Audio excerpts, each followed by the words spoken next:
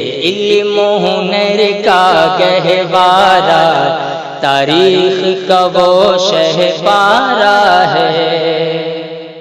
100 سال سے اسی راستے پر کام کر رہی ہے۔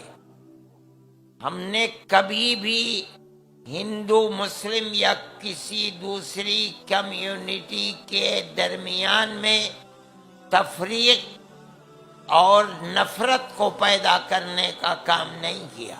مولانا سید ارشد مدنی ہندوستان کے ایک مشہور عالم دین، دارالعلوم دیوبند کے ایک مایہ ناز فرزند، جمعیت العلماء ہند کے سربراہ اور صدر اور مسلم پرسنل لاء بورڈ کے نائب صدر ہیں۔ مولانا سید ارشد مدنی کی پیدائش سن 1941 عیسوی میں شیخ الاسلام حضرت مولانا سید حسین احمد مدنی صاحب رحمۃ اللہ علیہ کے گھرانے میں ہوئی۔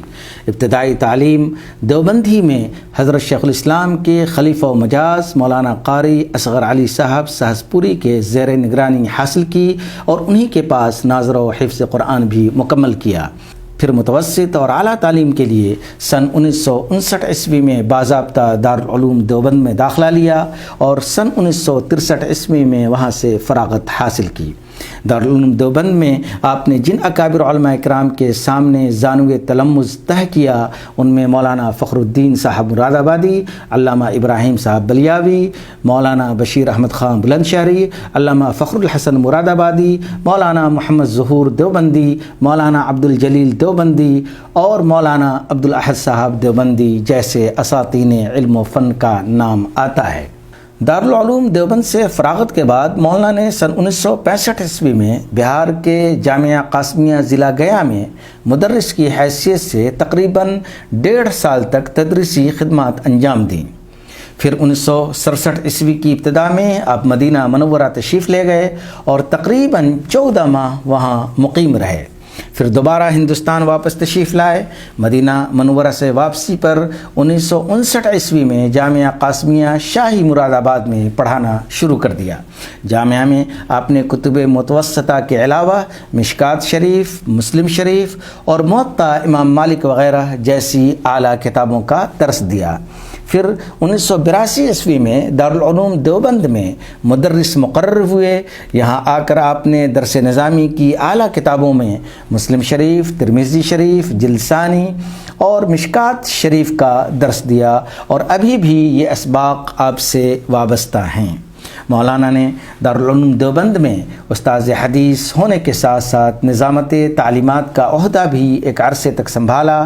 چنانچہ 1987 عیسوی سے 1990 عیسوی تک آپ نائب ناظم تعلیمات رہے۔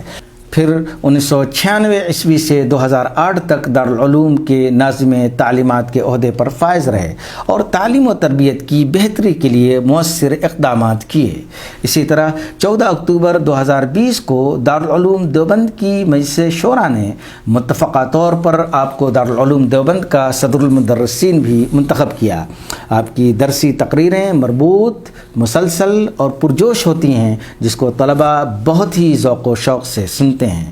مولانا کی علمی خدمات دراصل آپ کے وہ ہزاروں شاگرد ہیں جنہوں نے آپ سے حدیث اور دوسرے علوم کا حصول کیا اور جو دنیا کے مختلف گوشوں میں دین کی خدمت میں مصروف ہیں۔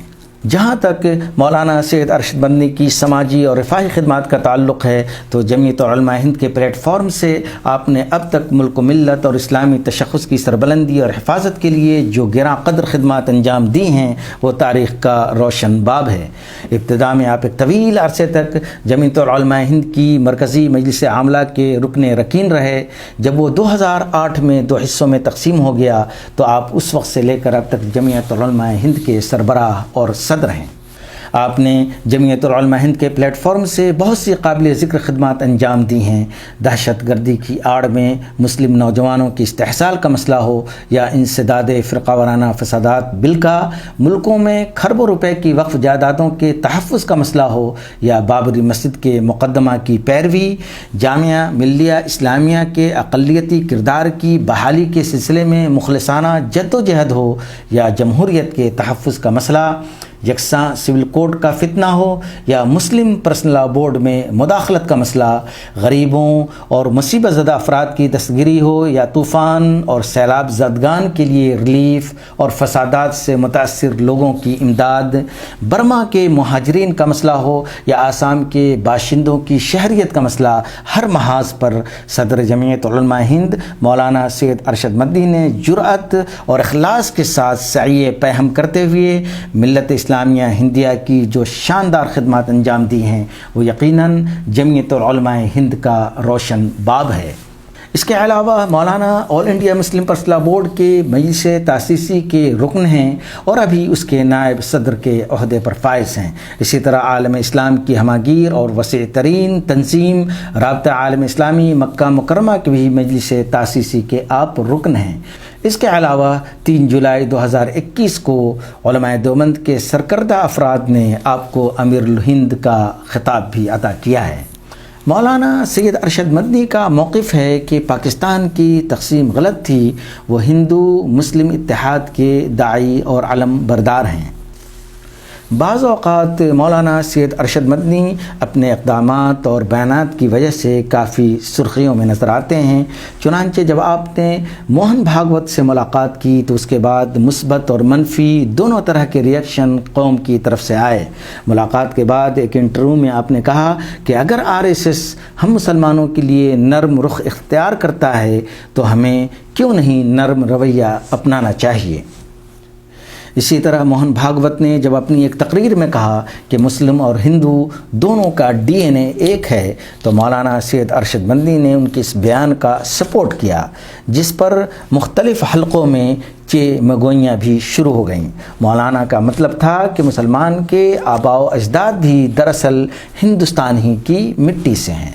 بہرحال مولانا سید ارشد مدنی صاحب مدظلہ العالی نے دیوبند کے مسند تدریس سے اور جمعیت علماء ہند کے پلیٹ فارم سے ہندوستانی مسلمانوں کی جو شاندار خدمات انجام دی ہیں وہ تاریخ میں سنہرے الفاظ سے لکھے جانے کے قابل ہیں۔